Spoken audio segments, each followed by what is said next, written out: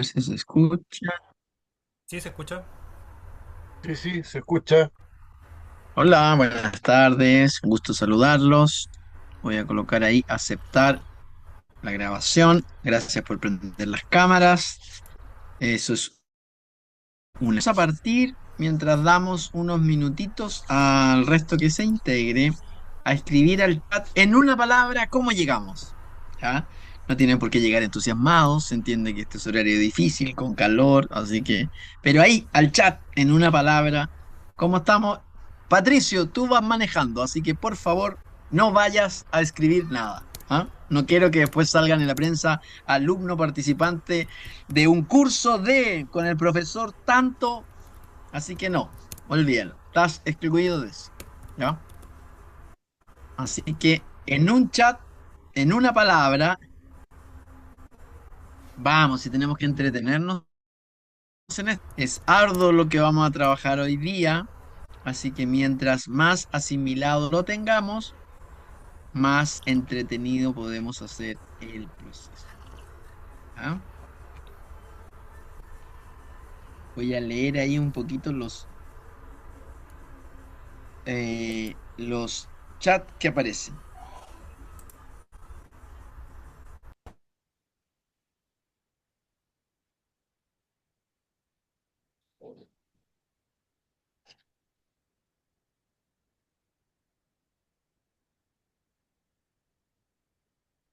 El Zoom. Acá vamos al chat. Calor, dice alguien. Luis Asenjo dijo calor. Isabel dijo bien, apurado. Bien, bien, eso es bueno. Café a la avena, sí, así estamos. Pueden ir a buscar su café. Les queda un minuto aproximadamente para traerse un café a la avena. Dice acá Constanza. Bien, cansada pero con ánimo, eso es lo más importante, que es lo que nos sostenemos colectivamente con la buena onda. Vamos a partir entonces. Este es el momento de que todos puedan apagar su cámara, ir a buscar algo, y partimos en 2 segundos. Mientras tanto, yo voy a compartir pantalla. ¿Ok?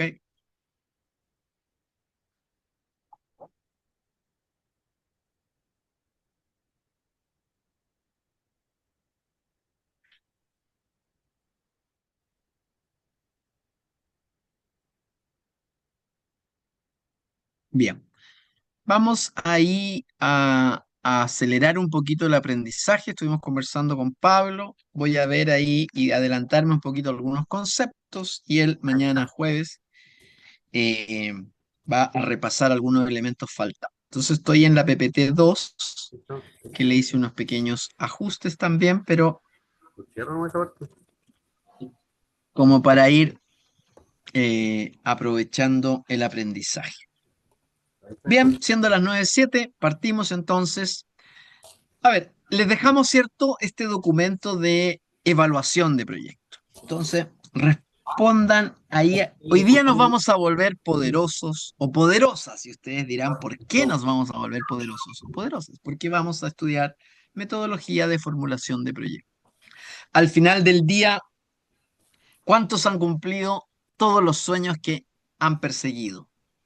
Hagan la reflexión, no me respondan ahí al chat. Entonces la pregunta es, ¿para qué me puede servir a mí la metodología de formulación de proyectos? Para eso, para entender que los sueños se transforman en proyectos. Ese es como el lado mítico de estudiar evaluación de proyectos, ¿no? En ese sentido hay que entender la estructura siempre que tiene un proyecto y cómo se formula, y por lo tanto entonces tener en paralelo un pool de proyectos personales que uno quiere hacer. En realidad, esa es una buena forma de absorber estas metodologías de forma natural. La otra forma alternativa, que es la más formal y académica, la que estamos viendo nosotros, es entender que hay una estructura conceptual para la formulación y posterior evaluación. Si bien nosotros estamos en el área de la infraestructura pública, el documento que le enviamos a leer, que es la metodología general, es bastante precisa en algunos elementos y muchos de esos conceptos son transversales a todas las metodologías. Eso es lo bonito y eso es lo interesante. Por lo tanto, en ese sentido, el aprender a formular proyectos, de verdad que es una herramienta que nos permite, yo diría, accionar muchos de los elementos que muchas veces nos interesa cambiar en diferentes situaciones. En esa lógica no hay, y esto es importante entender, no hay en general una única clasificación del ciclo de un proyecto. Si estuviésemos en el mundo de la innovación, tal vez el ciclo del proyecto es distinto, sobre todo en el aspecto de lo que podría ser la operación. Si alguien tiene alguna consulta, si quiere aportar algún concepto o complementar, por supuesto, siempre es bienvenido. Lo importante ahí es que levantemos la manito. Yo trataré de ver y si no me interrumpen, ¿ah? Me dicen Cristian, una consulta o Cristian, no hay problema en eso, ¿ok? Eso es lo importante. Entonces, en esa lógica, lo que pasa es que el ciclo del proyecto tiene que ver con todas las etapas, ¿ya? Que implica o pasar desde lo que es la idea hasta finalmente la implementación o la operación. Entonces, uno tiene que saber en qué momento está construyendo el proyecto. El ideal de construcción del proyecto es en la etapa de preinversión, es decir, antes que las cosas sucedan, antes que invirtamos, antes que construyamos una cartera de proyectos en general. Y muchas de las metodologías que tiene el Sistema Nacional de Inversión Pública se centran en esa etapa, en la etapa de preinversión. ¿Por qué? Porque emerge ahí la formulación y el diseño. Entonces, cuando uno necesita muchas veces hacer un proyecto, supongamos que el sueño de ustedes es ayudar a los pescadores de la caleta de donde ustedes están. Entonces uno dice, mira, esto se vuelve bien poderoso porque uno podría ayudar a las comunidades de pescadores y decirles, mira, yo te puedo ayudar a presentar un proyecto en función del Sistema Nacional de Inversión Público. No sé, ahí si alguien iba a complementar algo, me avisan, ¿ah? Si no, tratemos de estar muteados porque se escucha ahí un poquito de ruido de fondo. Entonces, en esa lógica, yo puedo ir al Sistema Nacional de Inversión Pública, al Ministerio de Desarrollo Social, y ver metodologías, y hay metodologías sectoriales. Hay una metodología en particular que es pesca. Yo podría querer hacer un gimnasio, ¿sí? Para trabajar el problema del el sedentarismo, pero también hay una metodología para eso. Puede ser que a mí me guste algo más con la construcción y también están las metodologías asociadas a infraestructura, también a pavimentación, también a construcción de camino, también al medio ambiente. Entonces, estamos en un buen momento porque a nivel de América Latina tenemos pool de metodologías asociadas. Entonces, en ese sentido, la preinversión es antes que las cosas sucedan, ¿ya? Y ahí lo que discrepa la preinversión son los niveles, que puede ser tener una idea, tener un perfil de una iniciativa, tener un elemento como de prefactibilidad o un análisis de factibilidad.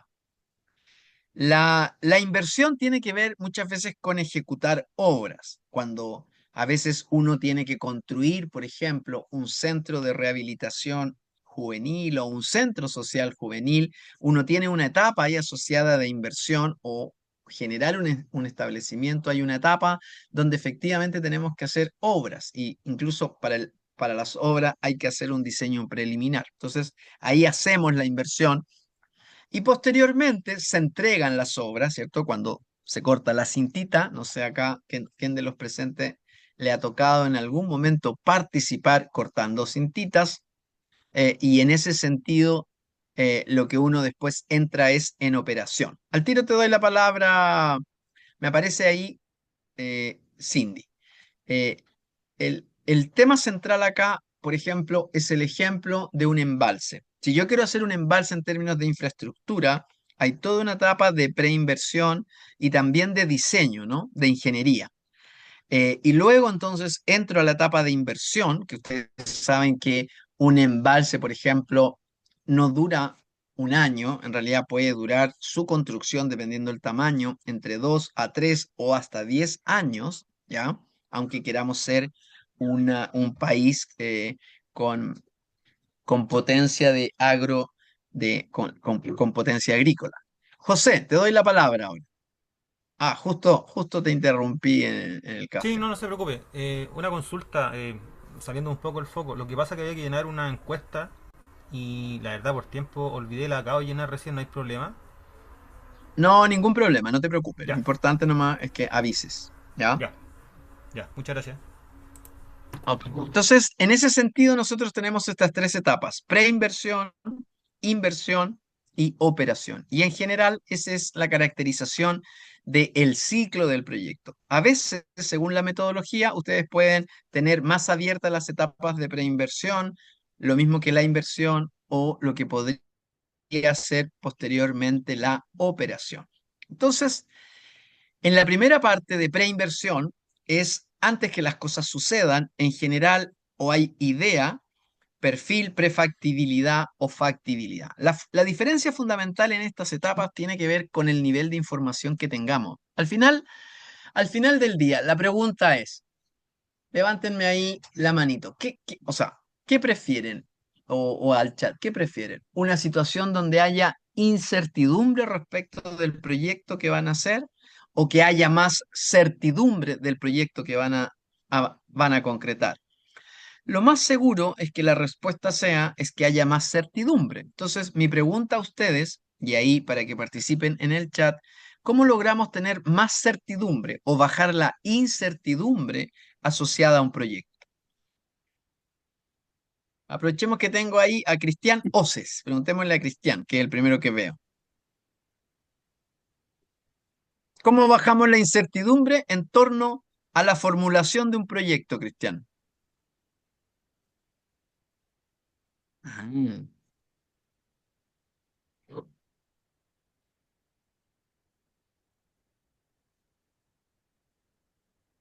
Yo digo que aceptar de repente cosas que no se pueden hacer, pienso yo. ya, ok. Una cosa es reconocer el contexto en el cual lo desarrollamos Sí, y a partir de ahí lo formulamos, ¿cierto? Pero exactamente. igual la formulación te implica un desafío de obtención de información. Entonces, ¿cuál es el problema de obtención de información más precisa para hacer un proyecto? Que de seguro lo enfrentan a diario, ¿ah? O sea, si queremos hacer un proyecto y queremos tener información respecto del proyecto, ¿cuál es uno de los problemas para adquirir esa información? ¿Cuál sería uno de esos problemas? Tú mismo, o Cristian, que ahora está sin el micrófono. O sea, ¿Cuál es el problema? bueno, yo pienso que para realizar un proyecto o tratar de hacer un preproyecto hay que hacer primero quizá un estudio de mercado, de ver el entorno, ver las necesidades, todo eso. Exacto. Exacto. Todos Claro. los chats dicen tener más información respecto de los beneficiarios, respecto de Mm. las características, respecto de las necesidades, de salir a terreno. Está perfecto todo eso, por lo tanto eso tiene un costo. El punto es cuánto es el trade-off óptimo que yo puedo tener entre los costos de obtener la información versus bajar la incertidumbre. Cuando la idea es, cuando estoy a un nivel de idea, ¿cuánto es el costo asociado versus el nivel de incertidumbre? ¿Alto o bajo? ¿Qué creen ustedes? Debería ser alto porque hay mucho, en el fondo hay muchos criterios que uno a lo mejor no los va a poder administrar en primera instancia, porque esos van a ir, van a ir conjugándose en virtud de lo que uno esté planeando como proyecto, porque ahí Claro, entran por lo a tanto, tallar. Sí, por lo perdón. tanto, Aníbal, es difícil que uno en ese momento invierta inmediatamente o salga de tomar Claro, encuestas. Muchas veces, claro. si yo quiero mejorar la información, lo que voy a tener que tener es un presupuesto Sí, asociado a la mejora en la información. Por lo tanto, alguien ahí en el chat coloca muy bien, dice, ¿cuánto nos costará? Por lo tanto, tener más certeza, al menos en el diseño y formulación de proyecto, también implica tener en el fondo más información y los niveles de información también tienen un costo asociado. Entonces, en ese sentido, ¿hasta cuándo buscar información? Hasta que el beneficio adicional de la información sea igual al costo incremental de obtenerla en el fondo. Entonces, en ese sentido, siempre ahí hay un trade-off. Ahora, ojo que en el Sistema Nacional de Inversión Público no se responsabilizan de eso. En los manuales te dicen, hágame usted un análisis de factibilidad o de prefactibilidad. No te dicen haga un análisis a nivel de una idea o de un perfil. Entonces, en ese sentido, eso implica un desafío a las unidades regionales o comunales o locales de poder manejar bien la data. A veces no necesito salir a hacer una encuesta. A veces tengo encuestas que ya están levantadas a nivel regional que me pueden dar una buena aproximación. Entonces, en ese sentido, la expertise de ustedes tiene que ser también en saber qué encuestas cuentan o podrían contar sin tener que necesariamente salir a buscar esa información a terreno, que es lo más caro en el fondo. Alguien dijo un estudio de mercado, un estudio de mercado puede salirte entre 5 y 15 millones dependiendo de la complejidad del estudio, por lo tanto no es menor. O sea, nadie parte en general, al menos yo no he visto que en el sector público se haga muy pocas veces que hagamos un análisis de mercado y luego formulemos el proyecto. Generalmente se hace con información secundaria justamente por los costos. Sí. José, te devuelvo ahí la palabra porque tienes la mano levantada. José huyó. Bueno, para sumar un poco de la etapa de obtención de información, creo yo que a veces es un problema que hay y que a veces son casos particulares. Por ejemplo, voy a poner un ejemplo. Nos tocó en algún momento eh, formular un proyecto que consistía en hacer un colegio agrónomo, ¿ya? En Curicó. Entonces, para justificar el, el proyecto, la inversión, teníamos que conseguir datos de establecimientos que no eran municipales. Entonces, claro, cuando son establecimientos municipales, por lo general la información está súper definida, es fácil de obtenerla, ¿ya? Incluso por transparencia, pero ¿qué pasa cuando uno tiene que obtener datos de escuelas que son subvencionadas particulares? Ahí cuando uno no tiene una red de contacto, cuesta. Y generalmente estos tipos de proyectos uno lucha por un tema político a veces con que sean rápidos. No la rapidez que uno quisiera, eh, pero políticamente se exigen que sean rápidos. Entonces yo creo que una de las primeras dificultades que hay a veces es eso, no tener la red de contacto o la información a mano para avanzar como de manera eficiente. Súper, súper buen punto ahí el que planteas. Y en particular, respecto de esa perspectiva, José, eso solo evidencia que el costo de obtención de información es creciente. O sea, si no tienes la red, tienes que salir a buscar la información, porque el riesgo, bueno, lo más seguro es que tampoco después tenga el presupuesto para buscar la información. Muchas veces esto funciona así, ¿no? Ya, estamos sincerando y estamos aprendiendo en el fondo a compartir aprendizaje, Sí. ¿sí? El mayor aprendizaje acá lo tengo yo con las experiencias de ustedes. Entonces, en esa lógica hay que entender que si no, como dice José, no tengo la red para tener la información, tengo que salir a buscarla.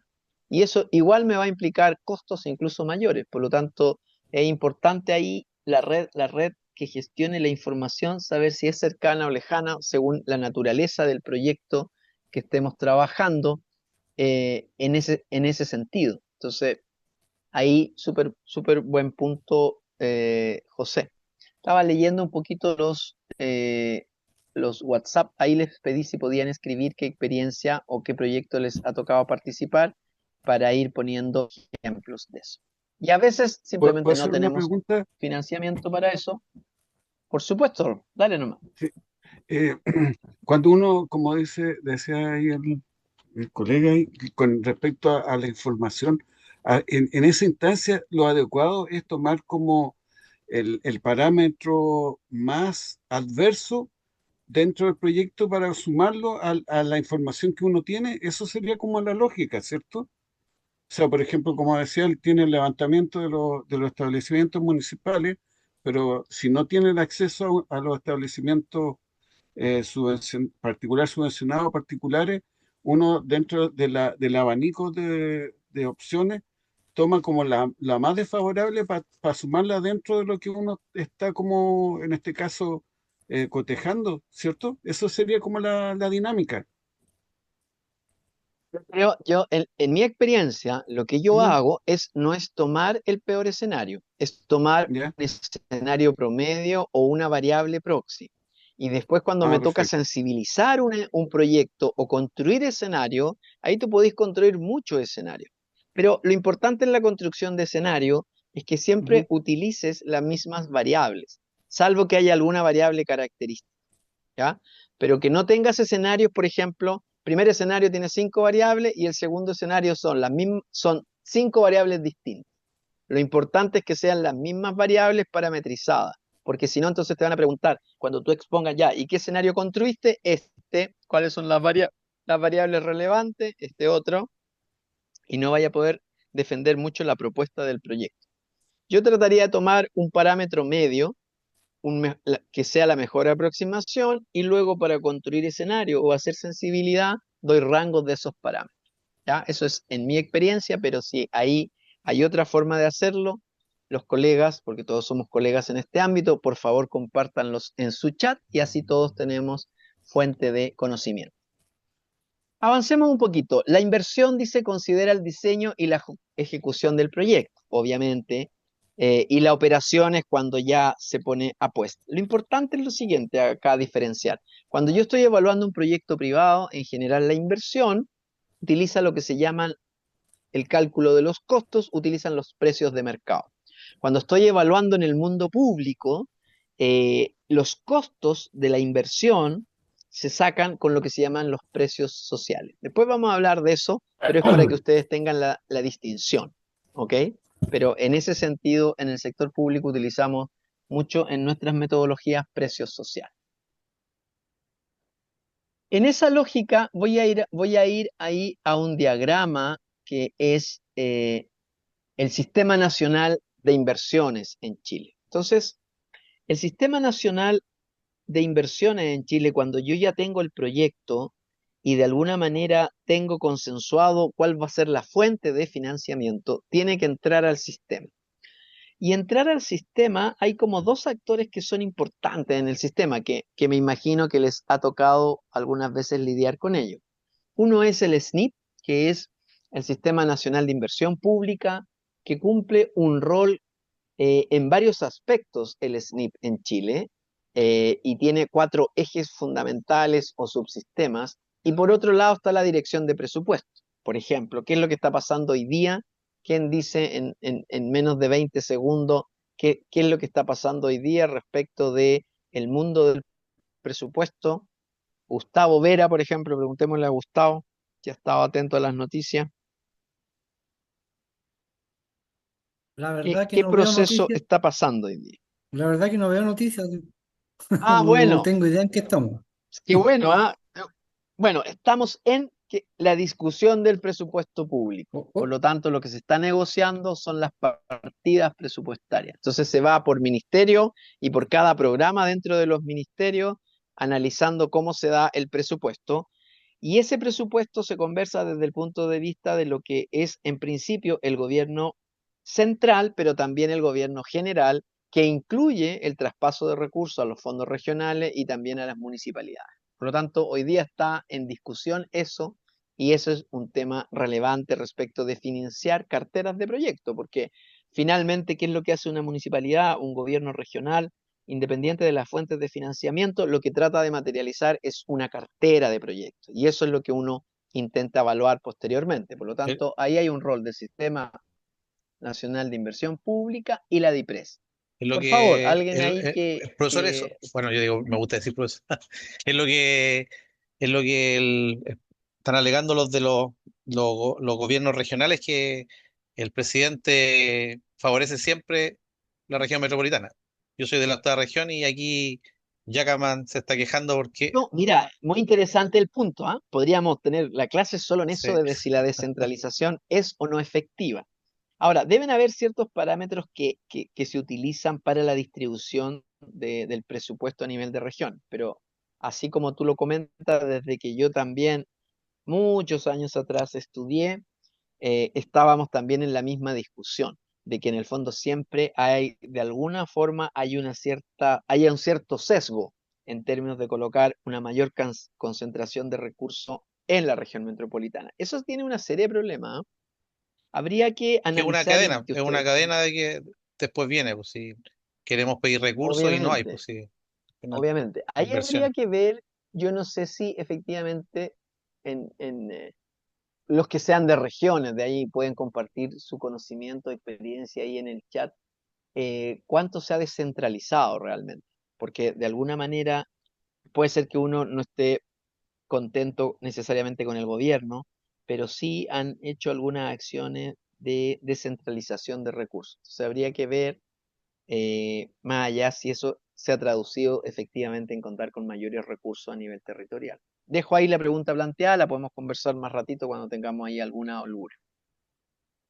Entonces, el Sistema Nacional de Inversión Pública, donde nosotros corremos, ahora lo hacemos por sistema, en algún momento se entregaba a mano, presentamos nuestra cartera de proyectos para obtener lo que se llama el RS. Entonces, el SNIP, en un sentido amplio, tiene la evaluación ex antes, hace evaluación ex post, tiene la formulación presupuestaria y también tiene ahí el último elemento que aparece ahí, que tiene que ver con el subsistema de ejecución presupuestaria. Por lo tanto, están todos estos elementos que interaccionan y por lo tanto, cuando estamos presentando proyectos, toda esta dinámica de subsistema entra en juego. En ese sentido, hoy día está el Banco Integrado de Proyectos. Ha evolucionado mucho el Banco Integrado de Proyectos. Puede ser que uno siempre quiera que esto funcione mejor, pero antiguamente uno para obtener las respuestas del Ejecutivo en el Banco Integrado de Proyectos podían pasar casi 3 meses. Ahora hay estadísticas que se han hecho y tienen días límite, etcétera. Ha mejorado. Yo recuerdo en la década del 90 que el sistema era lento, que por lo menos uno se demoraba 6 meses en obtener un RS, y hoy día esos tiempos han bajado. Pero dentro del ministerio y entendiendo el ciclo de vida de los programas públicos, cuando yo hablo de proyectos, a veces hablo de programas públicos indistintamente, no tiene por qué ser un proyecto en particular. Entonces, pero es importante saber acá que está el Banco Integrado de Proyectos y que se ha hecho esta clasificación tanto de proyectos sociales como no sociales. Solo un dato freak. Cuando se quiere hacer un nuevo programa público, ¿a quién le toca supervisar ese diseño inicial de un nuevo programa público? ¿A la DIPRES o al Ministerio de Desarrollo Social? ¿Quién aporta ahí conocimiento personal respecto de eso? O la respuesta que crean ahí al chat. Vamos participando. ¿Quién será? ¿A quién le toca dar información? Miren, alguien dijo algo ahí de la centralización muy interesante. Mideso, ya, acá tenemos una primera respuesta. Luis Asenjo dijo Mideso. Y Carolina Rojas también dijo, estoy avanzando. Para, pam, pam, para, pam, pam. Ahí estoy avanzando. Desarrollo social, ya. En general sí, pero va a depender, solo esto para que ustedes lo sepan, de la naturaleza del proyecto, ¿ya? A veces los proyectos son, o los hace, son proyectos productivos y esos corren por la dirección de presupuesto. Todo lo que sean programas sociales corre por el Ministerio de Desarrollo Social. Ellos son los encargados de observar el diseño y aportar al diseño de estas iniciativas, ¿ya? Ahora, supongamos que ya hicimos un proyecto o un programa y ahora lo queremos evaluar. ¿Quién es en general el que le toca llevar a cabo la evaluación? Es la dirección de presupuesto. De hecho, tiene una unidad que se llama de evaluación, pero no hace solo un tipo de evaluación, ¿ya? Hace lo que se llama la evaluación de programas gubernamentales, los EPG, que ahora salieron hace una noticia un par de semanas atrás. Salió todo el listado de los programas públicos evaluados. También ha sido evaluado el programa de infraestructura educativa, por si acaso, que también entiendo que lo tienen que leer, pero existe esa evaluación propiamente tal. Y las evaluaciones no son blandas. Las evaluaciones dicen cosas técnicas muchas veces, como por ejemplo algo del tenor para que el programa siga operando, requiere necesariamente un rediseño de forma inmediata. Ustedes saben que rediseñar un programa igual toma tiempo y esas una meta que se tiene que comprometer en el fondo el propio programa a llegar adelante. Entonces, un tipo de evaluación es la evaluación de programas gubernamentales, los EPG. Otra es evaluación de programas nuevos, que tiene que ver con programas que llevan muy poquito tiempo de implementación. Eh, y también existen lo que se llaman las evaluaciones de impacto, que son caras porque uno toma un programa que, por ejemplo, el de infraestructura educativa, el programa de salas cuna, por ejemplo, y uno quiere ver realmente si el programa cambió la situación de forma permanente de quienes participaron como beneficiarios. Una evaluación de impacto es costosa, puede salir entre 30 a 50 millones de pesos, por lo tanto, no es cierto que se puedan evaluar todos los programas respecto de una evaluación de impacto, ¿ya? Por ejemplo, los EPG te pueden salir del orden, no sé, 20 millones de pesos una evaluación. Los EPG funcionan con paneles de expertos. Entonces, cuando uno adquiere más expertise en eso, puede participar, obviamente, de ese tipo de evaluaciones. Son entretenidas, hay una metodología estándar, que es la matriz de marco lógico. Lo mismo también están en las evaluaciones comprensivas, comprensivas del gasto.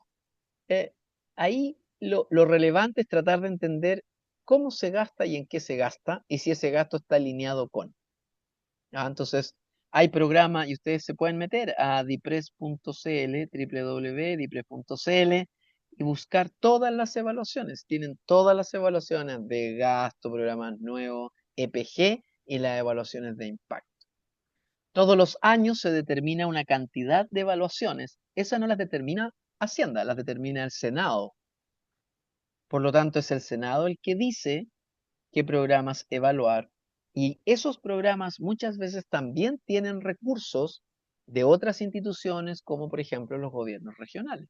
Por lo tanto, cuando uno evalúa esos programas en general, también hace una evaluación de qué ha sucedido con el programa en su interacción territorial. Entonces, son evaluaciones que van en la vía en general de mejorar esto, ¿ya? Uno como evaluador nunca sugiere cerrar, eso es más bien una decisión política. Pero lo importante ahí es que uno técnicamente se pronuncie en base a criterios. ¿Conviene cerrar o no? Mi sugerencia a partir de mi propia experiencia y de errores de juventud es nunca en realidad concluir que hay que cerrar el programa. ¿Saben por qué? Porque hay demasiados elementos que uno no controla en una evaluación. Entonces, por ejemplo, les voy a colocar un caso concreto: telecomunicaciones, en su programa de fibra óptica hacia el sur, hizo la licitación, y cuando uno les preguntó, ya, usted hizo la licitación, y usted tenía proveedores, entonces ellos decían sí, sí, sí, pero al momento de la implementación no encontraron nunca proveedores estándar a nivel nacional que en un principio dijeron que iban a participar. Entonces uno dice, pero es que acá hay un error de diseño, entonces bla, bla. Siempre tomen una mirada propositiva, incluso cuando los programas funcionan mal, porque un programa no es algo al azar. Un programa, cuando se diseña, el mismo programa dice, si usted me va a evaluar, evalúeme en función de mis indicadores. Entonces hay muchas inconsistencias que uno encuentra en el funcionamiento a veces. Pero la realidad es que siempre hay inconsistencias en la implementación de programas. Entonces no hay que quedarse con la idea que cuando uno ve las evaluaciones de Hacienda, y por favor los invito a revisar los temas que a ustedes les interesen, uno se quede únicamente con los programas, un buen desempeño. Igual va a tener cierta diferencia, o discrepancia respecto del mejor estándar. Entonces, en este mundo de la evaluación hay tonalidades, y eso es lo importante. Entonces, cuando se cierra un programa, cuando se toma la decisión, es porque el programa en general, respecto de todo lo que pretendió hacer, cumplió muy poco sus niveles de cumplimiento de desempeño. Entonces, en ese sentido, hay muchos matices respecto de esto. Cristian, ¿puedo hacer una consulta? Las consultas que quieran, dale, dale, dale. Sí. eh, Yo, bueno, en la experiencia, nosotros hemos trabajado en razón de, no sé si catalogarlo como evaluaciones como tal, sino hemos trabajado, por ejemplo, con fondos, no sé, el FAGEN o el FAEP o el FEP, la circular 33, ese tipo de fondos en los cuales uno como que participa y concursa para tratar de ganarse esos fondos. ¿Cuál es la disyuntiva con respecto a la evaluación? Porque estos nombres no los conocía yo en lo personal y como que de igual forma es como interesante tratarlos, pero no sé si tiene un atisbo con lo que yo te estaba mencionando en realidad.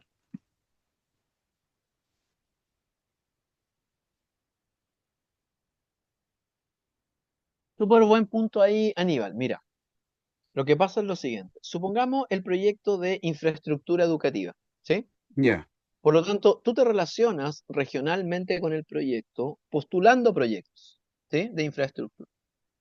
Pero hay un paraguas para eso, que es en el fondo el Programa Global de Infraestructura que se expresa en las 15, en las 15 o 16 regiones, ahí me precisan, en las 15 o 16 regiones que existen en Chile, ¿sí? Tú, a nivel local, te va a llegar un formulario y tú postulas a fondos. Y habrá una comisión, un comité que evaluará la pertinencia o no de tu proyecto, ¿ok? ya, Sin embargo, cuando uno entra a evaluaciones del programa completo de infraestructura, la dirección de presupuestos dice, mira, este programa regional que tiene una bajada territorial en cada una de las regiones a través de fondos concursables, queremos saber si ha tenido efectividad o no. Por lo tanto, la pregunta que uno se hace del nivel central es para salir a mirar, por ejemplo, qué tipo de proyectos se han financiado regionalmente y cómo esos proyectos han generado impactos, por ejemplo. Pero respecto de tu microproceso, tú estás funcionando en esa operatoria.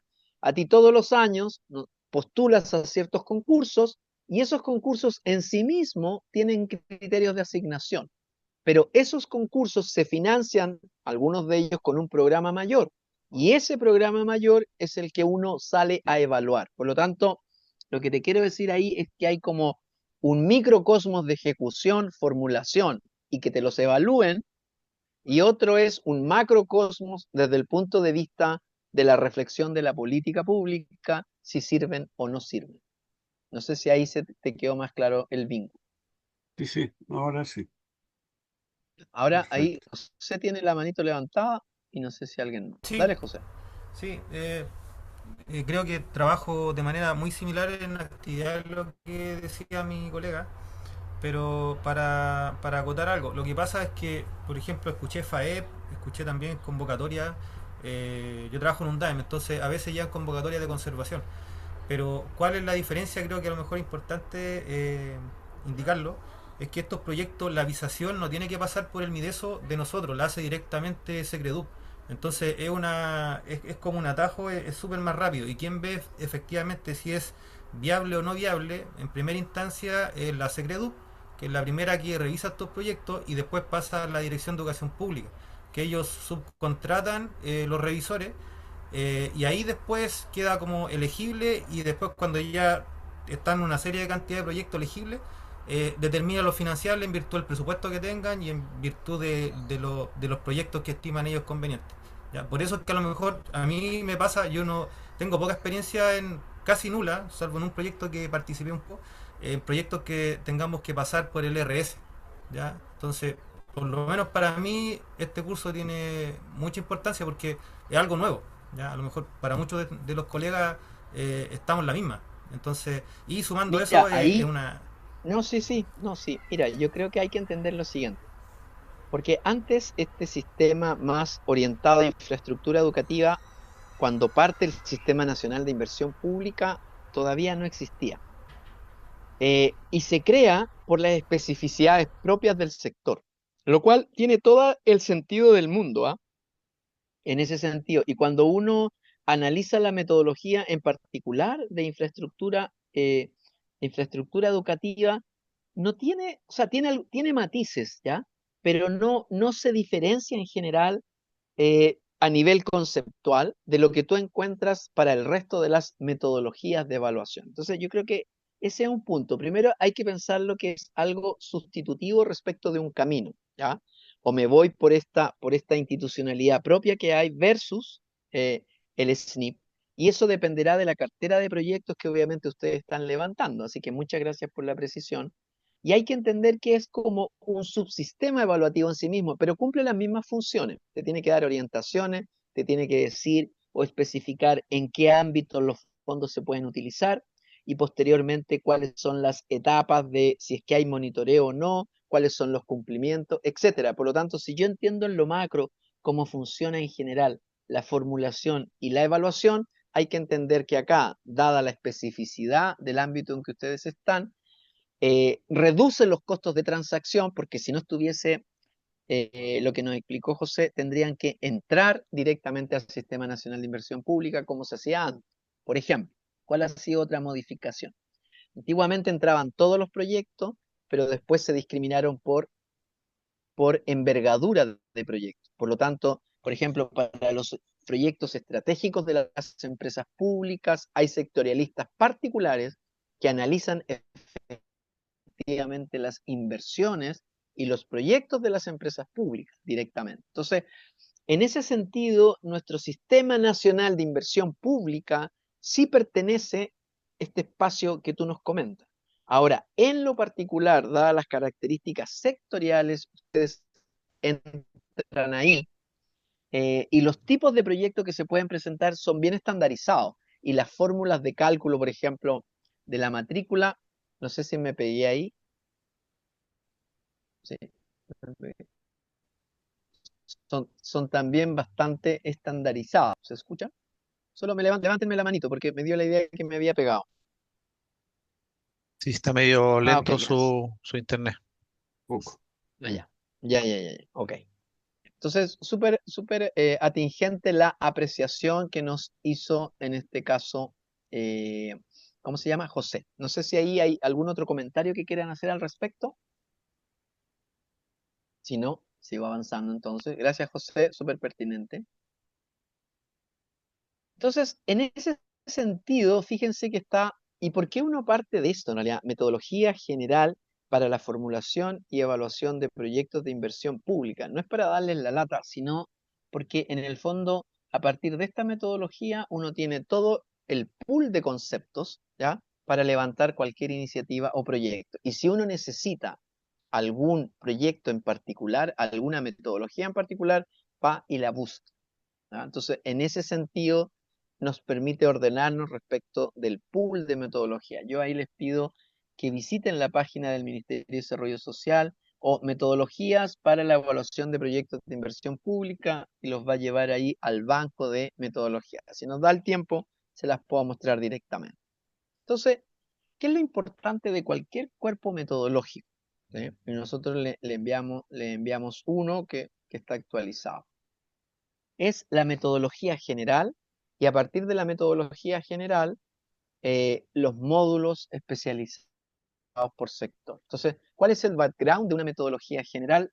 Siempre son como tres aspectos, miren, y es siempre cómo se formula un proyecto. Y para saber cómo se formula, tenemos que identificar el problema que pretende resolver. Un proyecto, en la lógica de proyectos, es la solución a un problema identificado. ¿Ya? Entonces, ese es como el tip. Un proyecto o un programa, obviamente, ¿no? Es porque de alguna manera se construyó un diagnóstico, se identificó un problema y a partir de ahí, de alguna forma, identificamos alternativas de solución. Entonces, acá hay dos conceptos económicos importantes. Uno, que el proyecto representa no cualquier solución, supuestamente la mejor solución. Eso significa que tratamos de aprovechar nuestro costo alternativo. Es decir, somos capaces de identificar el costo alternativo en términos de la toma de decisión. Ejemplo, ¿todos tienen claro el concepto de costo alternativo? Si no, lo explico. Levanten la manito si no lo tienen claro, si al Por menos favor, uno no lo tiene claro. ¿lo puede explicar, por favor? Ya, lo vamos a explicar a forma de un juego, Gustavo. Tienes que tener un lápiz y un papel.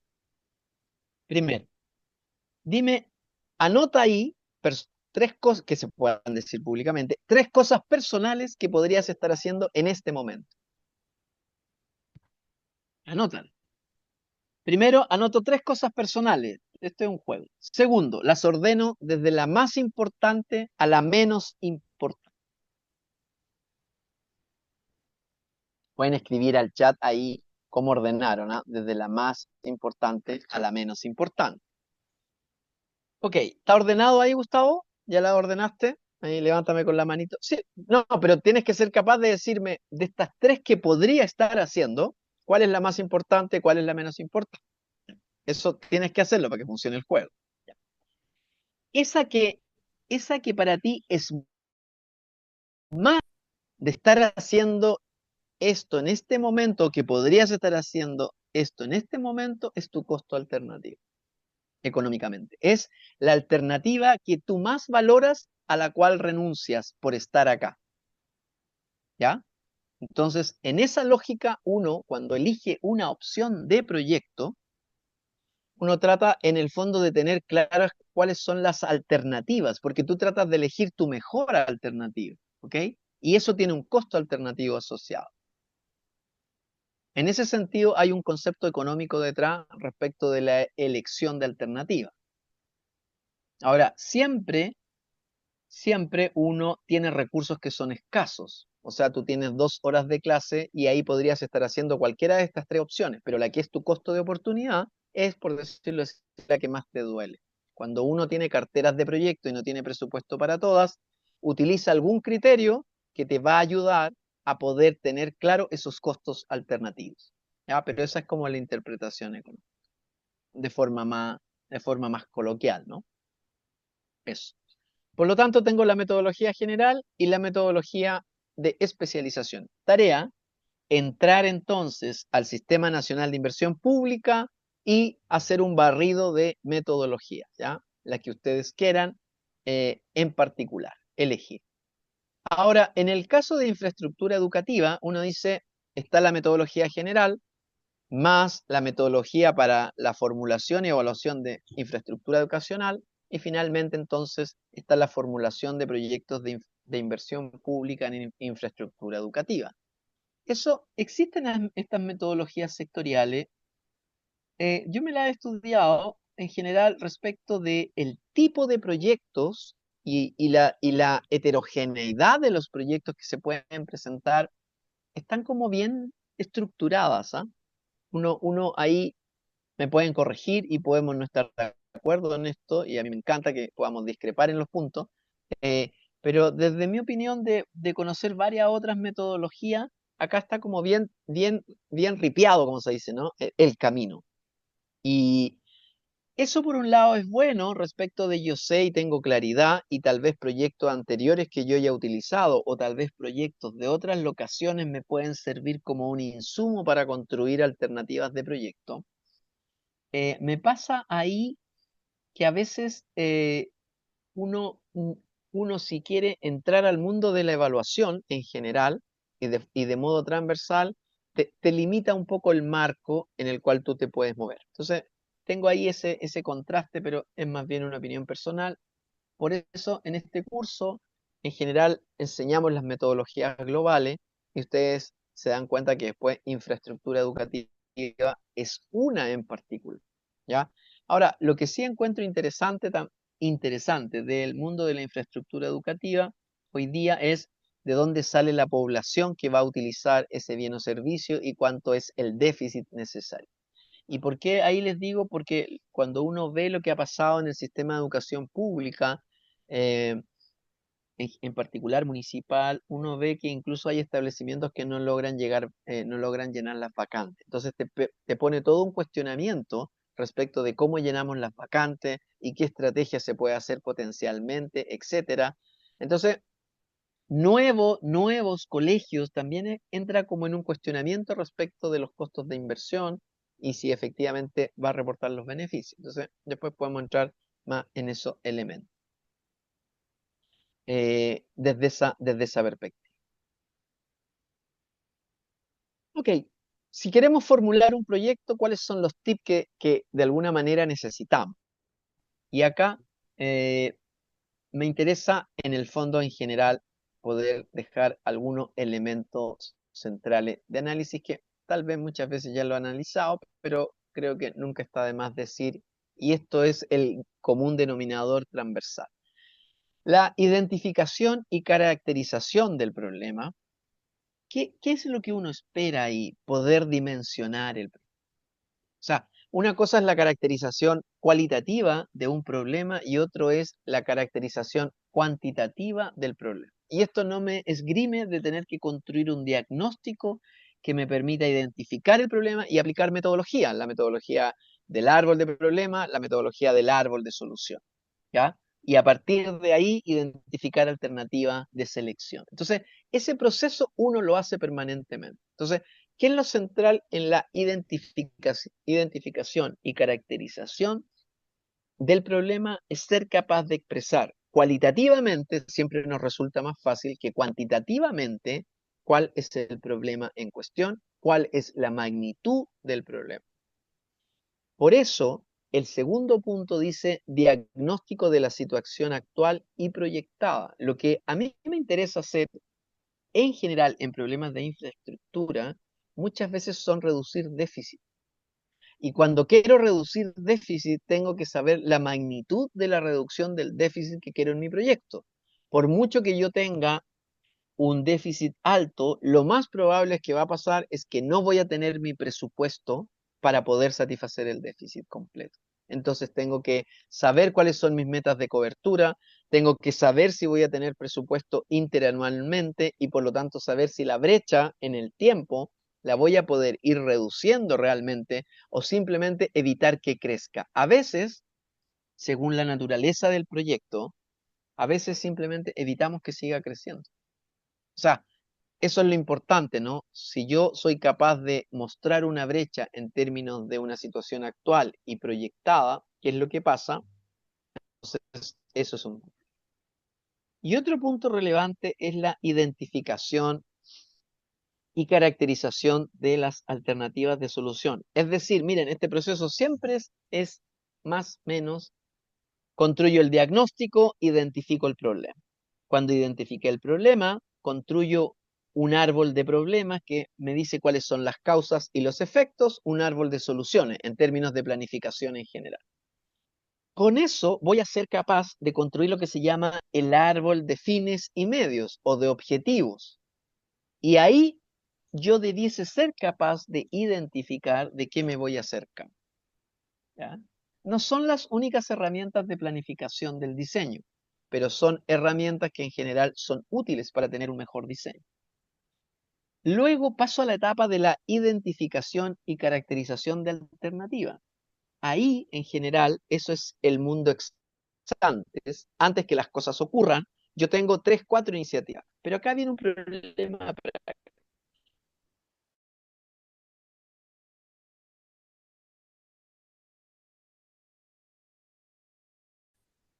Y si tengo que evaluar 4 iniciativas, me puede tomar 2 meses. Y tenemos que presentar esto a final de mes. Entonces, muchas veces, más bien ahí lo que uno termina es descartando las iniciativas con algunos criterios de por qué no serían. Y dentro de la elaboración del proyecto, uno presenta alternativa y se queda con la que es óptima. Pero siempre, en ese caso, es que haya un proceso de optimización. Pero también la realidad a veces es más cruda, tenemos poco tiempo de planificación o no tenemos mucho tiempo para poder hacer planificación. Y por lo tanto significa que dentro de la misma formulación, cuando yo listo mis 4 alternativas, yo ya tengo claro al inicio, cuando ya las identifiqué, cuál de ellas puede ser potencialmente la mejor iniciativa y con ella hago el análisis costo-beneficio. Les voy a poner un ejemplo concreto. El BID, el Banco Interamericano de Desarrollo, cuando hace operaciones de créditos, primero hace todo un estudio preliminar y cuando se aprueba el crédito, antes de la aprobación, diseña el proyecto, hace estas mismas etapas en términos generales, pero también hace un análisis costo-beneficio. Y en el análisis costo-beneficio, en realidad a uno lo contratan no para evaluar, porque es un documento aparte, todas las alternativas, sino uno podría estar casi 3, 4 meses evaluando. En general, te piden evaluar la alternativa que de alguna manera ya ha pasado algún proceso de factibilidad adecuado. Entonces, lo que les quiero ahí contrastar, lo que les quiero contrastar ahí es eso. O sea, prefiero ahí comentarles también cómo opera en la realidad. Y cuando uno ve la formulación de proyectos en el SNP, les voy a mandar ejemplos muy bonitos, muy bien hechos también, que les van a dar una idea muy clara del estándar. A veces uno ve la presentación y uno sabe que uno no tiene muchas veces el tiempo. Entonces también ese es un elemento realista en términos de planificación. Me gustaría tener todo el tiempo, pero no necesariamente a veces puedo contar con todo ello. Entonces, se los digo para que estos tres elementos, identificación y caracterización, el diagnóstico es fundamental porque necesitamos cuantificar y la identificación y caracterización de alternativa, obviamente es un ejercicio que ustedes van a hacer, pero eh, eso es relevante respecto de tip o de los elementos. Dado que esta clase es de 2 horas, vamos a hacer ahora un pequeño break de unos 5 minutos. Van a buscar algo, se despejan y volvemos nuevamente. ¿Les parece? Para que no sea algo tan y les quite la sonrisa. ¿Ya? Entonces, 5 minutitos, van a buscar algo, lo que quieran, y Cristian, volvemos. esta no es de 1 hora y media. La del jueves no es de 2 horas. Ah, yo venía así, full a darles 1 hora y 2 horas. Ya, Es de hora y ok, no media. ya, no importa. Pues no les voy a quitar la expectativa, porque si les quito los 5 minutos van a poner cara de puchero. Entonces, vayan a buscar algo 5 minutos y por último me extiendo 5 minutos. ¿Ya? Yo venía así 2 horas full. ¿Ah? Ya, ya vayan rapidito y volvemos.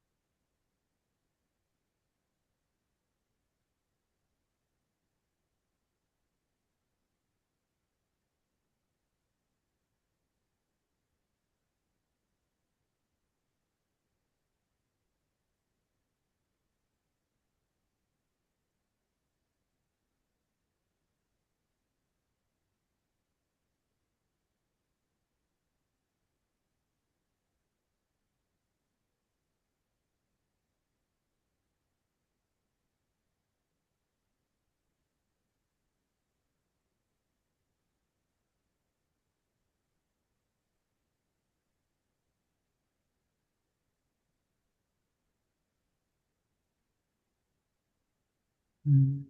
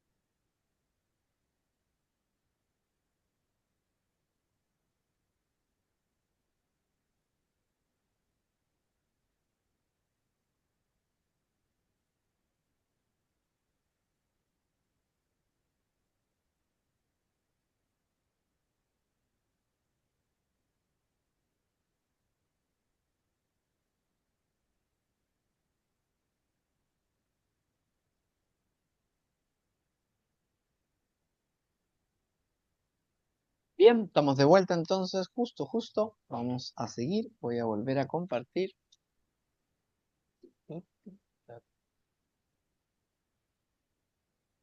Vamos acá, nuevamente entonces. Voy a poner presentación, denme un segundo.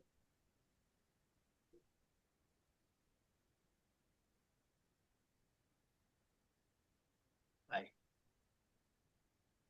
Ok, entonces, ya hablamos del ciclo, del Sistema Nacional de Inversión Pública, Banco Integrado de Proyectos, diferentes tipos de evaluación, y por lo tanto, entonces, hablamos de la metodología general, de la metodología general, módulos especializados por sector,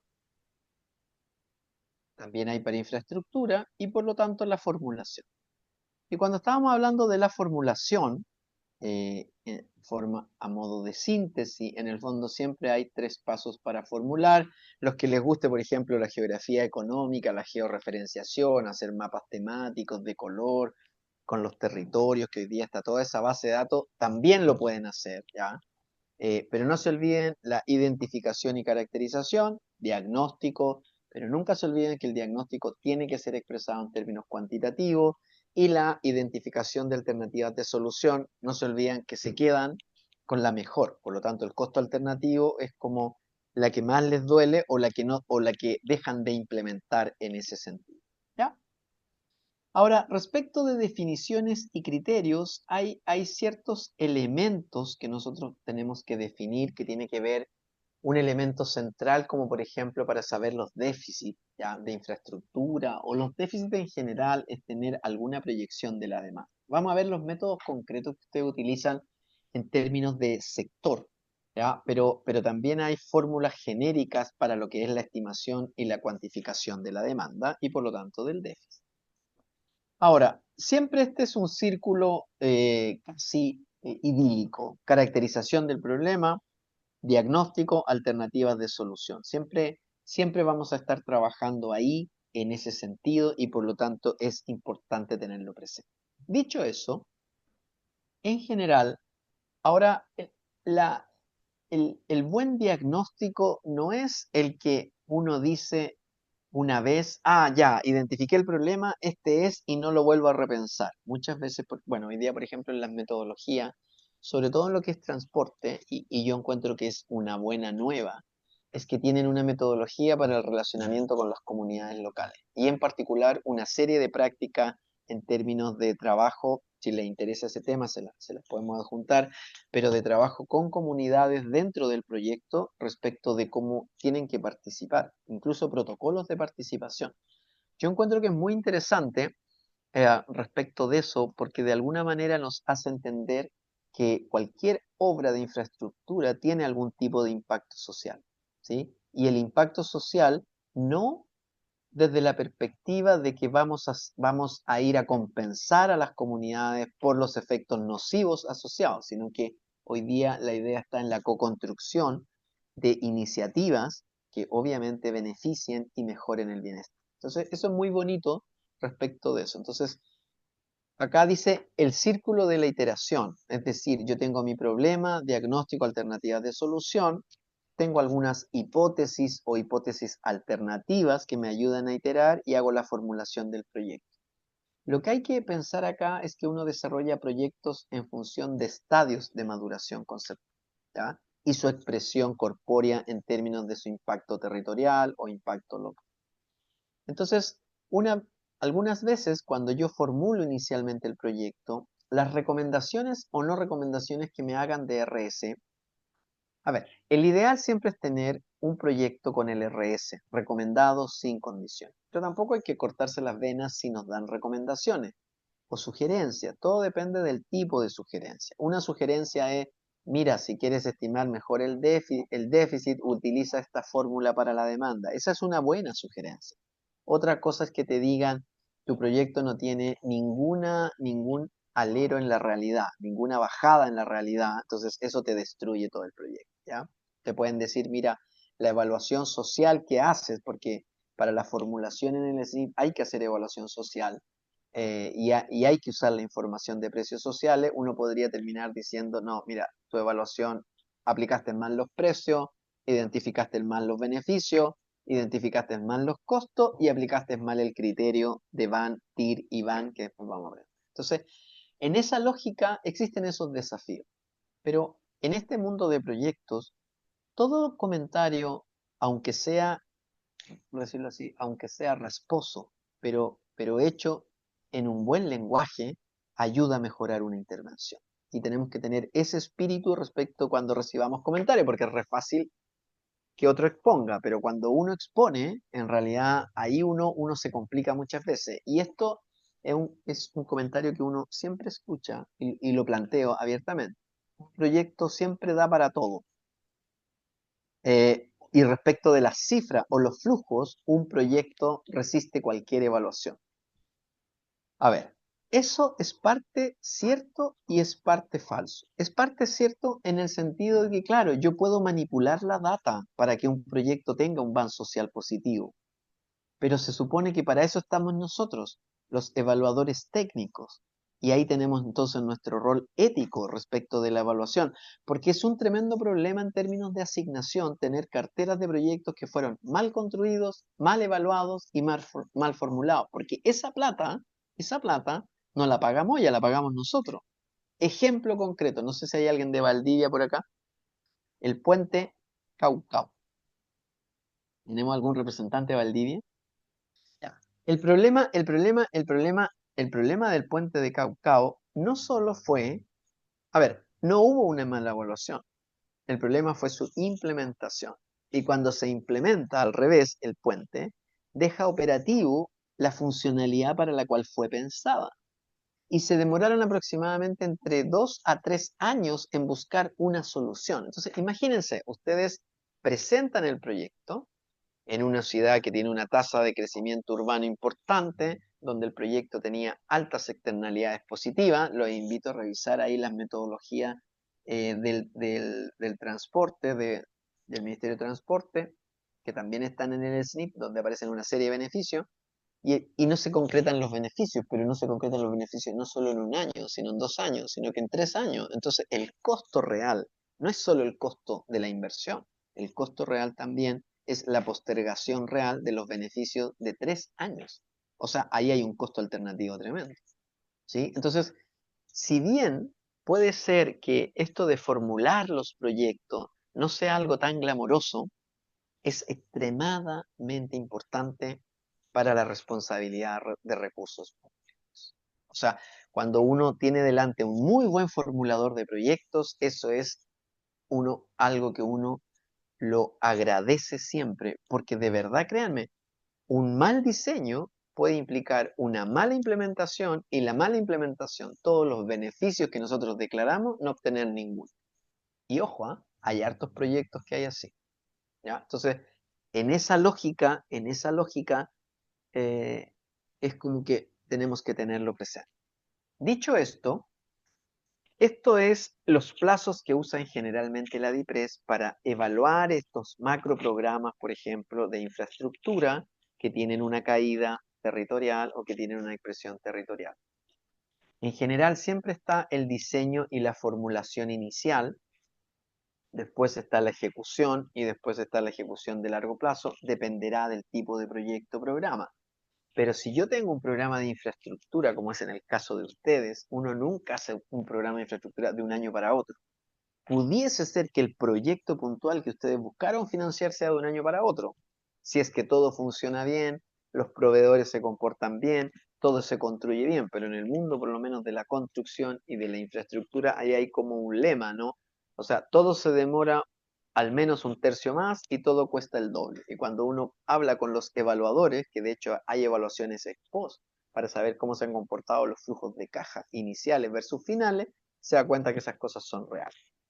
Fíjense que hay 3 momentos de evaluación, lo que se llama evaluación ex antes, lo que se llama evaluación ex post, cuando las cosas terminan, y lo que se llama evaluación de monitoreo o ex dure. Y esas son como las 3 etapas evaluativas en general, y a veces dependerá en la cual uno se encuentre lo que a uno le toque evaluar. Pero respecto de la macroevaluación o de la evaluación sistémica que hace la DIPRES, uno tiene estos timings. ¿Ya? Otra cosa es mirar en particular el monitoreo en su implementación de algún programa en particular.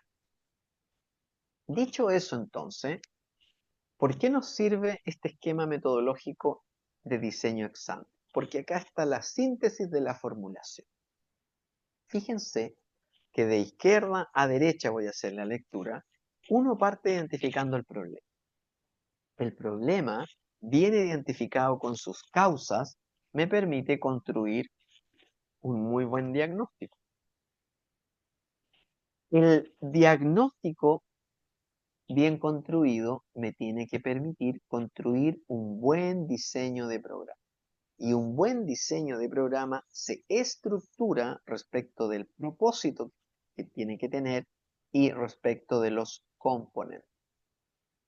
Entonces, fíjense, identificando el problema, yo tengo las causas que dan origen a ese problema. Pude construir mi diagnóstico y por lo tanto en esa línea, en el fondo la construcción del diagnóstico me lleva a identificar causas y también efectos. Ahora, no son efectos, a ver, son efectos, pueden haber efectos generales, pero a mí lo que me interesa son los efectos de la población específica que quiero que utilice ese proyecto en particular de infraestructura. Entonces, en esa lógica, lo importante de este diagrama no es el diagrama. Lo importante de este diagrama tampoco es el color, porque está más bonita la versión del año anterior. Lo importante del diagrama en que sus mentes como formuladores entiendan la causalidad de lo que hay acá. ¿Cuál es la causalidad? Si mi desafío es construir un buen diagnóstico, ese diagnóstico tiene que hacerme ver claramente cuál es el problema, cuáles son sus causas, cuáles son sus efectos, y poderlo dimensionar o cuantificar. Y saber respecto de los efectos, cuál es la población que se encuentra afectada. Cuando yo tengo claridad de la población que se encuentra afectada y pude construir el diagnóstico de forma precisa, un programa, acuérdense, es la mejor respuesta. Por lo tanto, no es cierto que un programa se haga cargo de todas las causas. Puede ser que haya una principal en la cual sí podemos actuar. Nos encantaría tener el presupuesto para todas las causas, pero hoy día justamente se está negociando eso. Es decir, que si Hacienda le baja presupuesto a un ministerio, le tiene que bajar presupuesto con nombre y apellido. Y por lo tanto, si nosotros estábamos atendiendo a 300, pues, pensemos por ejemplo en el programa de deporte, que lo más seguro es que le baje. El programa de deporte, que se hacen talleres, ¿ya? En diferentes comunas y en diferentes barrios, ¿ya? Los talleres los domingos, por ejemplo. No sé si acá alguien participa activamente de talleres de deporte, pero bueno, supongamos que sí. Entonces nos levantamos temprano el domingo, vamos ese día y ya no va el monitor. ¿Y por qué no va el monitor? Porque alguien cortó el presupuesto, ¿ya? Entonces, tiene implicancia. Yo no me hago cargo de todos los elementos. Por ejemplo, no sé si se han dado cuenta de las plazas, que ahora tienen máquinas para hacer pesas y ejercicios. La pregunta, y fíjense que en general se dejan al aire libre y son las propias comunidades las que se encargan de cuidar esos bienes de infraestructura, que muchas veces es el programa Quiero mi barrio, ¿no? Ya, pero si me cortan presupuesto, hay cosas que yo tengo que saber dejar hacer. Si me amplían el presupuesto, puede ser que trabaje sobre todas las causas de mi programa. Pero si tengo menos presupuesto, lo más seguro es que trabaje con menos cantidad de causas. ¿Ya? Se supone que mi programa o el diseño de mi programa tiene un propósito y tiene lo que se llaman los componentes. El propósito es por lo que me cortan la cabeza si es que esta cuestión funciona o no funciona. Y los componentes son los bienes y servicios, ¿ya?, que provee el programa. Entonces, por ejemplo, el programa Quiero mi barrio de infraestructura barrial tiene un componente de redes sociales, o sea, participación activa de la comunidad, tiene un componente de infraestructura. Y por lo tanto tengo componentes, bienes y servicios que entrego. Lo importante acá es que mis componentes no nacen de nacen de haber tenido un buen diagnóstico que me identifica las causas y los efectos y por lo tanto muy clara la población. Ahora, un programa tiene que evidenciar resultados. Por lo tanto, acá tengo dos conceptos. La estrategia de intervención, el téngase presente cómo combino mis componentes, cómo se expresan territorialmente como estrategia para lograr el propósito y mis indicadores. ¿Qué son los indicadores? Son la expresión cuantitativa del programa en diferentes dimensiones. O sea, el problema de los indicadores es que me dicen efectivamente el nivel de logro o no de un programa. Y el problema es no tener indicadores. Ya, el primer problema es tener 300 indicadores y solo calcular 2, porque significa que no estoy utilizando en el fondo nada la información del programa y tampoco estoy usándola para tomar mejores decisiones en términos de la implementación. Ahora, los indicadores, ¿de qué me van a dar cuenta? Al menos de 3 conceptos en general. ¿Ya? Uno es el de eficacia, es decir, cumplo o no cumplo mi objetivo. El segundo elemento del cual nos dan cuenta es de la eficiencia, es decir, cómo utilizo los recursos. El típico indicador de eficiencia son costos medios, costos promedios de atención, por ejemplo. La tercera dimensión es calidad, y esa es muy difícil medir, porque cuando ustedes hacen proyectos educativos, por ejemplo, uno tiene estándares de calidad, pero con el cambio climático, la componente de sostenibilidad respecto de la infraestructura ha cambiado radicalmente. Muchas veces son los colegios privados los que pueden darse estas posibilidades de inversiones, ¿ya? En términos de sostenibilidad respecto de las temperaturas dentro de las salas, sistemas más modernos, etcétera, etcétera. Pero eso no significa que no tengamos que incorporar los elementos de sostenibilidad social, económica y ambiental en el ámbito educativo, de la educación pública. Todo lo contrario, tenemos que avanzar en esa dirección. Entonces, nunca olvidar, ¿qué son los indicadores? Es la expresión viva, cuantitativa, de lo que estamos haciendo como programa, que nos, de- que nos debe dar de forma clara y precisa cuáles son los resultados. Entonces, cuando nosotros formulamos, tenemos todo este desafío. Formular no significa plantear un diseño de una solución únicamente.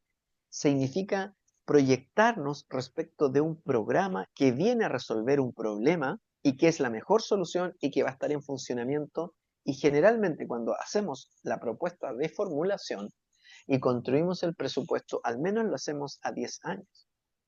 Por lo tanto, el desafío de ustedes en esta etapa de formular, porque la etapa de evaluar es distinta, no, es tener la mejor información o el set de información factible para poder hacer una formulación y un diseño de una solución que sea coherente y que sea sustentable en el tiempo, No, nosotros, sostenible en el Cristian, tiempo. nosotros hicimos uno por ejemplo, yo llevo 15 años en Undaem y al final nosotros postulamos unos proyectos de mejoramiento de sistema eléctrico porque nos formulamos ese problema que queríamos que los niños no tuvieran estufa a leña y pensamos cómo podíamos hacerlo porque ya no está prohibido, pero entre se, Un buen punto. sí. ¿Y qué Y hicieron? pensamos ya, ¿Lograron financiarlo? ¿No sí, lograron logramos financiarlo? financiarlo hicimos un sistema eléctrico pensando en que queríamos poner aire acondicionado. O sea, Perfecto. hicimos el mejoramiento de todo el sistema eléctrico, lo pusimos con paneles solares también para que funcionara así y cambiamos toda la red de una escuela, bueno, de varias escuelas lo estamos haciendo ya, en escuelas rurales. Y, y pusimos y logramos comprar aire acondicionado y mejorar la sala, porque donde trabajo yo, la escuela en el verano, o sea, ya en septiembre, octubre, hay como 35 grados en la sala. Y en invierno es muy helado también, hay como 5 o 4 grados. Así que al final, lo que está hablando eso, se pudo lograr haciendo un proyecto para hacer después postular a otro proyecto. O sea, es como una cadena, Fantástico. claro, hacer como pensar en el futuro para poder hacer postular a aire acondicionado. O sea, se hicieron dos, se pensó más allá para poder com- eh, instalar aire acondicionado después. ¿Y cómo surgió la idea? Porque otra cosa es que te diga un manual, usted puede financiar todas estas cosas, por ejemplo. Pero ¿cómo surgió esta idea en particular? Los apoderados, los Ya. apoderados empezaron ¿Reclamaron? sí, empezaron a reclamar. Típico, sí, Ahora, no, no, pero es que es súper interesante porque mira, es un problema que afecta directamente a los padres, o sea, a los hijos y a a los los hijos, padres. sí, Por lo tanto, es un problema de la comunidad, ya no solo del colegio.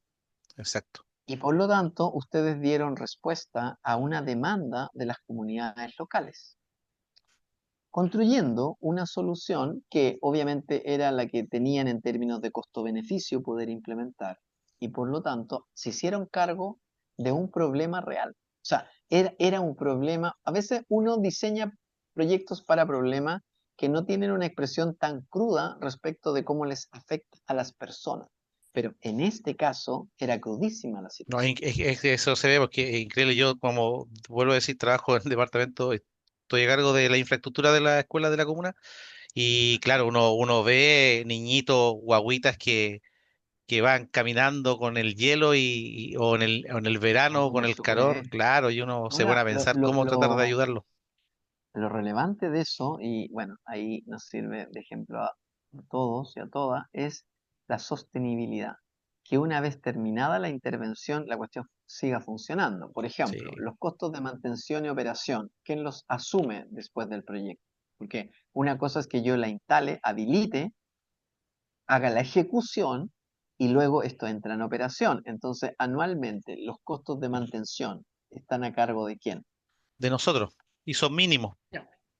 Ah, fantástico, pues, o sea, Sí. fue el mejor de los mundos, bueno, bonito y barato, ¿ya? Contratamos una constructora que lo instaló, hizo todo Ya. el servicio y tenemos nosotros maestros de distintas especialidades. Perfecto.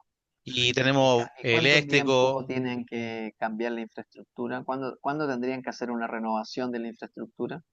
Se ¿En pensó cuántos como años más? ¿Perdón? ¿En cuántos años más No tendríamos que sé, hacer un... yo creo que en unos... Bueno, ahora ya va a pasar el SLEP, así que Ah, ya. pensamos, sí, se pensaba como en cada 5 años ir renovando algunos sistemas, mejorando, pero se hizo de una buena calidad, o sea, tratando de que se durara harto, varios Hola, años. La hola, sostenibilidad es algo real. Sí. Sí, dale nomás, cuéntanos. Escuchamos. hola. Sí, te escuchamos. Dale, dale. Ya. Calbuco, soy Maribel, corredor civil. Ah, mucho Eh, gusto. De Calbuco, muy bello, muy bello. Calbuco, sí. También trabajo en los DAE y me llega mucho la historia del colega, porque nosotros hicimos ese cambio de aire acondicionado en la escuela rural de Chauquear, con ¿Ya? 80 alumnos, versus Pargua que tiene 600 alumnos, y no nos resultó en Pargua, lo cual Cierto, tuvimos ya. que seguir con la caldera, y la caldera ahora con el nuevo material que son los PPR, que a mi gusto no reemplazan los que son los cobres. La canalización de, la, de las canaletas, porque en un año ya con la presión, ya tenemos problemas con esa canalización del PPR al cable. Y, y lo que son rurales, en la escuela de Chauquer, nos pasa que los automáticos se bajan por el aire acondicionado. Tendría que ser en otro colegio. Yo trabajo con 40 colegios. Tuvimos que comprar un generador, porque como él decía, como mi colega decía, de que la leña también, La- las combustiones también se están quedando obsoletos por la leña y por el riesgo que colocan los niños, y también la superintendencia y todas las consecuencias que uno vive en los campos, porque acá nosotros tenemos más de 30 colegios son rurales, 6 son urbanos. Pero eso más o menos lo quería aportar. No, gracias. Gracias. Mira, lo bueno de tu comentario es que efectivamente el desafío de la sostenibilidad es presente. Y Mm, no solo por razones de cambio climático, que hace mucho más intensas las temperaturas, vuelve más extremos la variabilidad climática, sino que también es un desafío permanente de las obras poder obtener financiamiento, que eso no está garantizado, habría que ver por qué el de 600 alumnos finalmente no fue financiado, o o fue un problema de presupuesto, fue un problema de diseño. Siempre la rúbrica evaluativa de los proyectos cuando no nos va bien o no se aprueban también es importante. Yo me imagino que ahí ustedes identificaron la causa. Ahora, puedo estar equivocado, solo lo dejo ahí como inquietud antes de ver el último concepto para cerrar la clase de hoy día. Es cómo se comporta el actor privado en este sentido, si efectivamente puede ser un stakeholder que permita hacer financiamiento o ayudar a los colegios a obtener una mejor situación para los estudiantes locales. Lo dejo ahí como reflexión. Si nos dan después unos minutos, lo podemos cerrar. Solo quiero llevar al último diagrama de hoy día Cristian, todo el esfuerzo que hemos hecho. Porque acuérdense el camino que si yo tengo que formular, construyo el problema, ¿cierto? O identifico el problema, busco lo dimensiono, busco alternativas de solución y diseño una alternativa de solución. Ahora, para el diseño de una alternativa de solución, para expresar propósito, fin, componentes, existe lo que se llama la matriz de marco lógico. La matriz de marco lógico es importante, yo no sé si les ha tocado aproximarse a ella de alguna forma, ahí me pueden levantar la manito si tienen más o menos cercanía, pero ¿por qué finalmente la matriz de marco lógico hoy día es importante? A veces como que se reclama mucho por parte de los programas que no es algo que les venga bien, que como que es muy estrecha la mirada.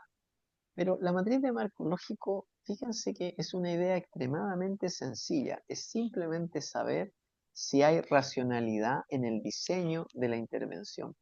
O sea, lo que ustedes implementan, la pregunta es anterior. ¿Esto se diseñó racionalmente? Entonces, la matriz de marco lógico expresa eso.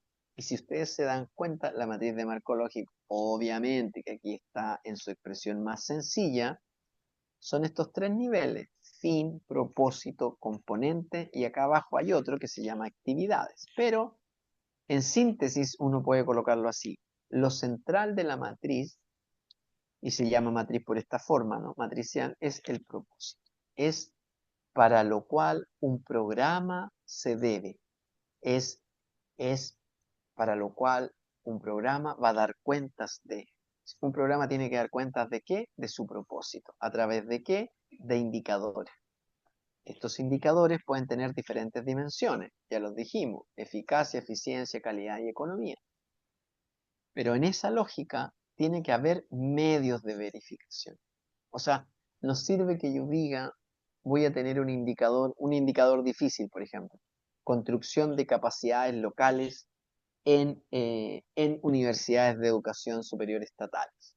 Ese es un indicador difícil porque yo tengo que medir las capacidades hoy día, construir el indicador y ver cómo han cambiado en el tiempo. O puedo establecer una línea base inicial y ver cómo han cambiado en el tiempo. Por lo tanto, en esa lógica, lo que tenemos que tener claro es que en el fondo el propósito nos interesa que los indicadores den cuenta de las dimensiones que queremos analizar del propósito, y para eso necesitamos medios de verificación.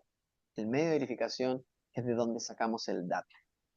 Es la evidencia en términos de datos. Y entonces, cuando se habla, no sé si han escuchado este concepto de políticas públicas basadas en evidencia, lo que queremos decir es eso, ¿sí? Tenemos data oficial, verificable, para poder responder en función de nuestros indicadores el logro del propósito. También tenemos el logro del componente. Los componentes dijimos que eran los bienes y servicios que entregamos. Si nuestro programa tiene algún tipo de prestación en nuestros componentes, vamos a tratar de analizar también su eficacia, su eficiencia, su calidad, su economía. Entonces, en ese sentido, uno trata de construir indicadores en todas estas dimensiones. Fíjense que al lado derecho aparece dos herramientas que mañana van a aplicar, lo que se llama el árbol de problemas, que son o se constituye por el problema principal, las causas que dan origen al problema y los efectos. Eso que se llama como herramienta metodológica, eso recibe el nombre de árbol de problemas. Y paralelamente, si ustedes analizan esto acá, tenemos lo que se llama el árbol de soluciones o el árbol de objetivos. cómo se construye este árbol de objetivo del problema principal para que lo podamos resolver es revertir el problema y por lo tanto queda como el objetivo principal. Las causas que dan origen al problema nos llevan a los medios y los efectos nos llevan a los fines. Por lo tanto, es muy natural a partir del árbol de problema construir lo que se llama el árbol de fines y medios, o también se llama el árbol de soluciones, y llevar eso al concepto de matriz de Markov. Es importante saber lo siguiente. Cuando a ustedes los contraten para hacer un proyecto de matriz de marco lógico, con todo lo que implica metodológicamente una matriz, porque acá hay una síntesis de eso, por lo menos se pueden demorar entre 1 a 2 meses. Porque una cosa es el procesamiento de la información que tengan y otro es construir los diagnósticos y luego llevarlos a la expresión de la matriz de marco lógico, porque también la matriz de marco lógico se relaciona con el presupuesto. Entonces, todas las actividades que ustedes listan de los componentes va a tener una contrapartida presupuestaria. No sé si conocen, yo me imagino que sí, esta metodología que se utiliza mucho en el ámbito privado, que es el Balance Scorecard, que lo que trata de hacer es la estrategia, llevarla a actividades y las actividades están vinculadas a presupuesto y responsable. Fíjense que la matriz de marco lógico funciona un poco así también. Y esto mismo permite también poder hacer monitoreo. Por lo tanto, es una herramienta que vale la pena dedicarle un tiempo de abstracción y de comprensión, porque también la van a tener que utilizar a un nivel menor en términos de su desarrollo en los trabajos que ustedes. Por lo tanto, es un concepto central respecto de esto. Y bueno, le voy a decir que llegamos hasta acá, pero les dejo de tarea entonces poder profundizar respecto de lo que se llama la situación con proyecto y la situación sin proyecto. Esa idea es clave poder dilucidarla, porque se supone que el proyecto que nosotros hacemos agrega valor. En ese sentido, lo comparamos ¿contra qué? Contra la situación sin proyecto. Pero ojo, ustedes bien deben saber, es la situación sin proyecto, pero optimizada. ¿Ya? Entonces, eso es importante que puedan mirar, y siendo muy responsable respecto de los minutos, son las 8:37. Entonces, voy a abrir un espacio de minutos para preguntas y cerramos nuestra sesión de hoy día. Este es el momento de ustedes. 3 minutos. Pueden plantearlas ahí en el chat. José, dale nomás mientras tanto te escuchamos. Ya, dos cosas. Bueno, una pregunta. Primero, ¿el tema de los grupos se va a ver mañana? Si ustedes se conocen y ya tienen un grupo con el cual puedan trabajar, fantástico. Si no, vamos a usar aleatoriamente el Zoom para hacer grupos y haremos grupos de 4 o 5 personas.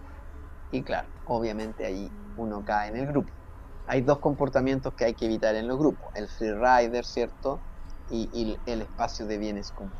Pero sí, ahí te di la respuesta a tu primera pregunta. Ya. Y la segunda, más que una pregunta, es una acotación. A lo mejor los colegas también lo han hecho, sobre todo los que están hablando del tema de calefacción. Nosotros hasta el año pasado, por ley CEP, no podíamos, por ejemplo, hacer sistemas de calefacción. Ahora, por temas del manual de cuentas de superintendencia, sí nos permiten.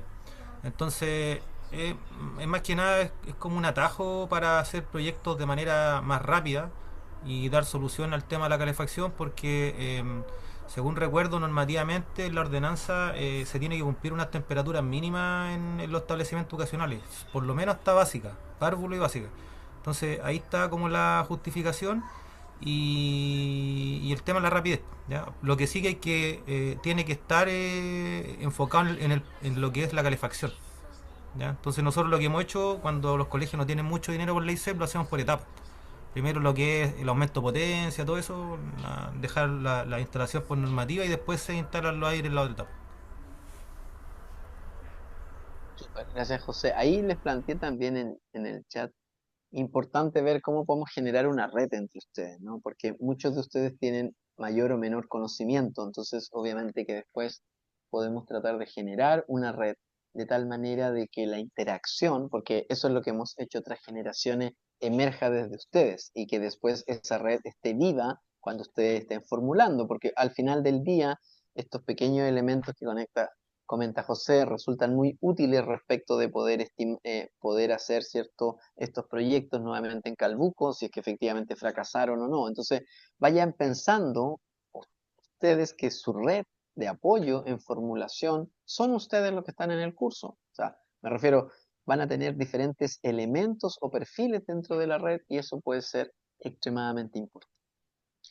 Bien, 2039. Hasta acá seguimos. Eso, ahí Moisés propuso un grupo de WhatsApp, ¿ya? Mientras no sea este WhatsApp como de los colegios, le ha pasado, ¿no? Que los apoderados todos mandamos y nos llegan 500 WhatsApp en el día. Entonces, mientras eso no sea, no hay problema.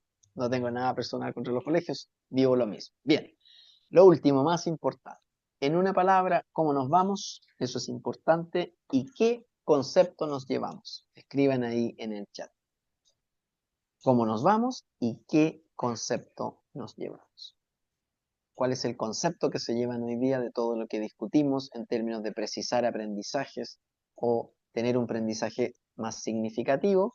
Lo importante es que se lleven qué concepto. ¿Qué conceptos se llevan? Al final del día están acá, se dan la paciencia de escucharme, por lo tanto, ahí tienen 20 segundos para escribir ahí en el chat. Y los que ya escriban, podemos irnos retirando.